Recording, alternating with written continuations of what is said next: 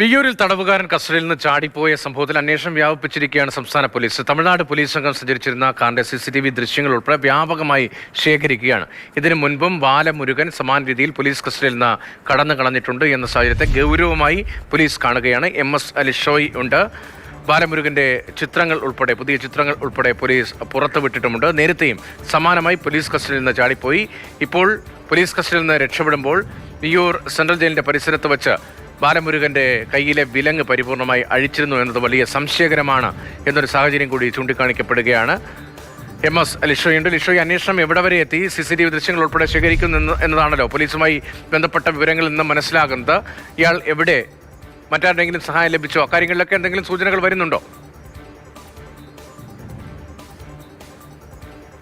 അക്കാര്യങ്ങളൊക്കെ തന്നെ പരിശോധിച്ച് വരികയാണ്. കാരണം ഈ തമിഴ്നാട് പോലീസ് ഈ ജയിലിൽ നിന്നും കസ്റ്റഡിയിൽ വാങ്ങിയ ശേഷം പിന്നീട് തിരികെ കൊണ്ടുവരുന്നതിനിടയിലാണ് ഈ ഒരു സംഭവം ഉണ്ടായിരിക്കുന്നത്. അതുകൊണ്ട് തന്നെ പൂർണ്ണ ഉത്തരവാദിത്തം പ്രതിയുടെ തമിഴ്നാട് പോലീസിനായിരുന്നു. പക്ഷേ അവർ വളരെ ലാഘവത്തോടു കൂടിയാണ് ഈ ഒരു സംഭവം അല്ലെങ്കിൽ ഈ ഒരു പ്രതിയെ കൊണ്ടുപോകുന്നതിൽ എടുത്തത് എന്നുള്ളതാണ് പറയുന്നത്. അതിൻ്റെ ഭാഗമായാണ് ഇയാൾ രക്ഷപ്പെട്ടത് എന്നുള്ളതാണ്. കാരണം കൈവിലങ്ങുകൾ ഉൾപ്പെടെ പൂർണ്ണമായും അഴിച്ച ഒരു സ്ഥിതിയാണ് ഉണ്ടായിരുന്നത്. ഈ വിയ്യൂർ ജയിലിന് തൊട്ടടുത്ത് തന്നെയുള്ള ഒരു സ്ഥലത്ത് വാഹനം നിർത്തിയതും അയാളെ പുറത്തേക്ക് ഇറക്കിയതും ഒക്കെ തന്നെ സംശയകരമായ ഒരു കാര്യമായി തന്നെയാണ് പോലീസ് കണക്കാക്കുന്നത്. മാത്രമല്ല, നേരത്തെയും തമിഴ്നാട് പോലീസ് കസ്റ്റഡിയിലെടുത്തപ്പോഴാണ് ഇയാൾ ബസ്സിൽ നിന്ന് ചാടിപ്പോയിട്ടുണ്ടായിരുന്നത്. അപ്പോഴും പോലീസ് കൃത്യമായ അന്വേഷണത്തിലൂടെ ഇയാളെ പെട്ടെന്ന് പിടികൂടുകയും ചെയ്തു. പക്ഷേ വീണ്ടും അതേ സാഹചര്യം തന്നെ തമിഴ്നാട് പോലീസ് തന്നെ കസ്റ്റഡിയിലെടുത്ത സമയത്ത് തന്നെ ഇത്തരത്തിൽ ഇയാൾ ഈ ചാടിപ്പോകുന്ന ഒരു സ്ഥിതി ഉണ്ടായിരിക്കുന്നു. എന്തായാലും ഇയാളെ കണ്ടെത്തുന്നതിന് വേണ്ടി ഇവർ പറഞ്ഞ തമിഴ്നാട് പോലീസ് നൽകിയ മൊഴി ഉൾപ്പെടെയുള്ള കാര്യങ്ങളൊക്കെ തന്നെ പരിശോധിക്കുന്നുണ്ട്.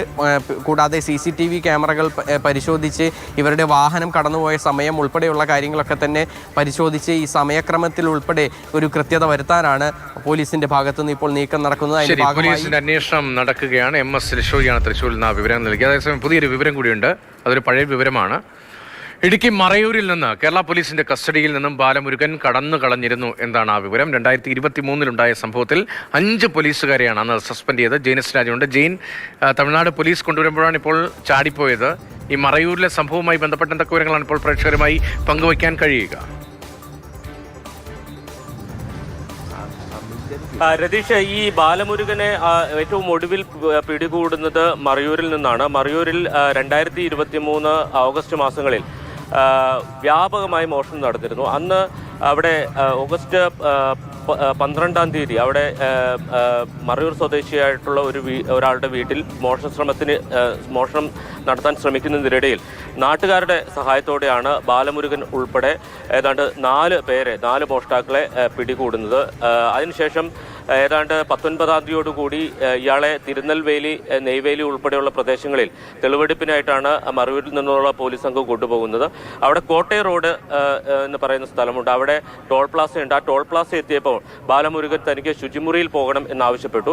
അങ്ങനെ ഒരു കൈയിലെ വിലങ്ങ് അഴിച്ചതിന് ശേഷമാണ് ഇയാളെ ശുചിമുറിയിലേക്ക് വിട്ടത്. തിരിച്ച് മടങ്ങി വരുന്ന വഴി ഈ കൈവിലങ്ങിടാൻ ശ്രമിക്കുന്നതിനിടയിലാണ് അന്നത്തെ SI ആയിട്ടുള്ള സതീഷിനെ തള്ളി മാറ്റിയതിനു ശേഷം ഇയാൾ കടന്നു കളയുന്നത്. അതിനുശേഷം ഏതാണ്ട് 15 ദിവസത്തിന് ശേഷമാണ് കടയം എന്ന് പറയുന്ന അത് ദിണ്ടുഗൽ പ്രദേശത്താണ്. ആ കടയം രാമനദി ഡാമിന്റെ സമീപത്ത് നിന്നാണ് ഇയാളെ പിടികൂടുന്നത്. അയാൾ ആ പ്രദേശത്തെ സ്വദേശിയാണ്. വീട്ടിൽ നിന്ന് ഏതാണ്ട് 6 കിലോമീറ്റർ അകലെയുള്ള ഒരു തേക്കിൻ കൂപ്പിൽ ഒരു ഷെഡൊക്കെ കെട്ടിയാണ് അയാൾ താമസിച്ചിരുന്നത്. ഇയാൾ ഭാര്യയുടെ മൊബൈലിലേക്ക് വാട്സാപ്പ് സന്ദേശം അയച്ചു. അതാണ് പോലീസിനൊരു പിടിവള്ളിയായത്. അന്ന് തമിഴ്നാട് പോലീസിന്റെ സഹായത്തോടെ തന്നെയാണ് ബാലമുരുകനെ പിടികൂടിയത്. അതീവ ഒരു സ്ഥിരം കുറ്റവാളി എന്ന് പറയാവുന്ന അപകടകാരിയായിട്ടുള്ള ഒരു കുറ്റവാളിയാണ് ബാലമുരുകൻ.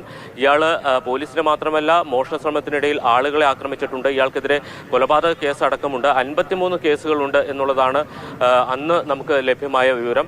അതിനുശേഷമാണ് ഒരുപക്ഷെ പോലീസിന്റെ കസ്റ്റഡിയിൽ ഇപ്പോൾ ഉള്ളത്. കേരള പോലീസായിരിക്കും ഒരുപക്ഷെ ഈ തമിഴ്നാട്ടിലടക്കമുള്ള കേസുകൾക്ക് വേണ്ടിയിട്ട് ഈ പ്രതിയെ തമിഴ്നാട് പോലീസിന് വിട്ടു നൽകിയത് എന്നുള്ളതാണ് മനസ്സിലാക്കുന്നത്. അങ്ങനെയുള്ള തികച്ചും അപകടകാരിയായിട്ടുള്ള ഒരു പ്രതിയാണ് ഇപ്പോൾ രക്ഷപ്പെട്ടിരിക്കുന്നത്. ഇടുക്കി മറയൂരിൽ നിന്ന് കേരള പോലീസിന്റെ കസ്റ്റഡിയിൽ നിന്ന് ബാലമുരുകൻ കടന്നു കളഞ്ഞതിന്റെ വിശദാംശങ്ങൾ ഉൾപ്പെടെ അയാളുടെ ക്രിമിനൽ പശ്ചാത്തലമാണ് ജെയിനസ് രാജു ഇടുക്കിയിൽ നിന്ന് റിപ്പോർട്ട് ചെയ്യുന്നത്. അപകടകാരിയായ ഒരു ക്രിമിനലാണ്.